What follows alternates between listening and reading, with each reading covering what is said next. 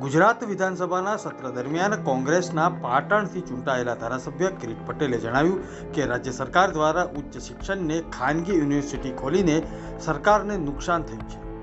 5 acre જમીન ન હોય, પૂરતો સ્ટાફ ન હોય અને ખોટા દસ્તાવેજને આધારે પાટણમાં એમકે યુનિવર્સિટીને પરવાનગી આપવામાં આવી છે। ખોટા પુરાવા આપીને યુનિવર્સિટી ઊભી થઈ ગઈ છે। ઉપરાંત ખોટી ડિગ્રીઓ આપવાના કેસમાં ભારતીય જનતા પાર્ટીના નેતા જેલમાં પણ છે। નિવૃત્ત જજની નિમણૂક કરીને આવા ભ્રષ્ટાચાર સામે તપાસ કરવામાં આવે તેવી માંગ કરવામાં આવી। રાજ્ય સરકાર દ્વારા ઉચ્ચ શિક્ષણની અંદર ખાનગી યુનિવર્સિટીને પ્રોત્સાહન આપી અને જે રીતે સરકારી યુનિવર્સિટીને નુકસાન કરવામાં આવી રહ્યું છે, ખાનગી યુનિવર્સિટી શરૂ થાય એની સામે અમે ક્યારેય વાંધો લીધો નથી। વિધાનસભાની અંદર પણ સમર્થન કર્યું છે। રાજ્ય સરકારે ખોટા દસ્તાવેજોના આધારે પાટણ ખાતે એમકે યુનિવર્સિટીને માન્યતા આપી છે। આ બાબતે અમે તપાસ કરતા કમિશનર ઓફિસમાંથી જે અમને પુરાવા મળ્યા એ ખોટા પુરાવા રજૂ કરી અને સરકારની અંદર મંજૂરી માગી છે।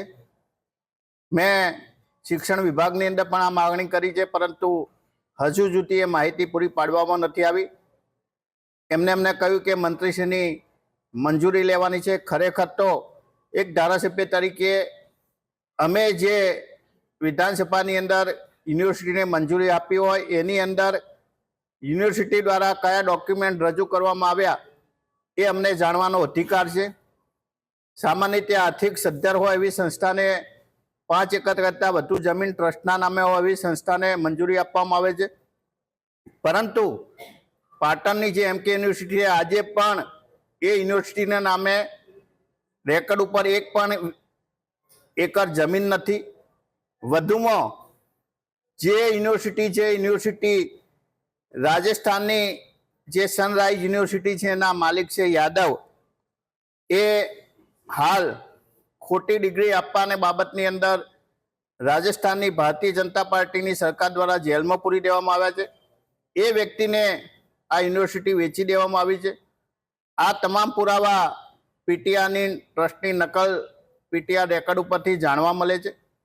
એટલે મારી રાજ્ય સરકારને વિનંતી છે કે જે રીતે બીજા રાજ્યોની અંદર ખોટી ડિગ્રી ભૂતિયા વિદ્યાર્થીઓ દ્વારા એમને રાખી જે માન્યતાની અંદર જે પુરાવા રજૂ કરવામાં આવ્યા છે એ પુરાવાની ખરેખર તપાસ થવી જોઈએ અને રાજ્ય સરકાર ખરેખર આ બાબતે તપાસ કરવા માંગતી હોય તો એમને કમિટી નિમી અને 15 દિવસની અંદર રિપોર્ટ લઈ અને જે ખોટા ડોક્યુમેન્ટ રજૂ કરી, ફોલ્સ ડોક્યુમેન્ટ રજૂ કરી અને યુનિવર્સિટીની માન્યતા મેળવી છે એમની સામે પોલીસ કાર્યવાહી કરવી જોઈએ। અને જે લોકો શિક્ષણની અંદર ભ્રષ્ટાચાર કરી રહ્યા છે ને આજે જે લોકો જેલમાં છે એમની પાસે આ યુનિવર્સિટી જાય નહીં અને ઉત્તર ગુજરાતના વિદ્યાર્થીઓને ફાયદો થાય। ગુજરાતના વિદ્યાર્થીઓ ખોટી ડિગ્રીઓ માત્ર પૈસાના આધારે ના મેળવે એ જોવાની રાજ્ય સરકારની ફરજ છે।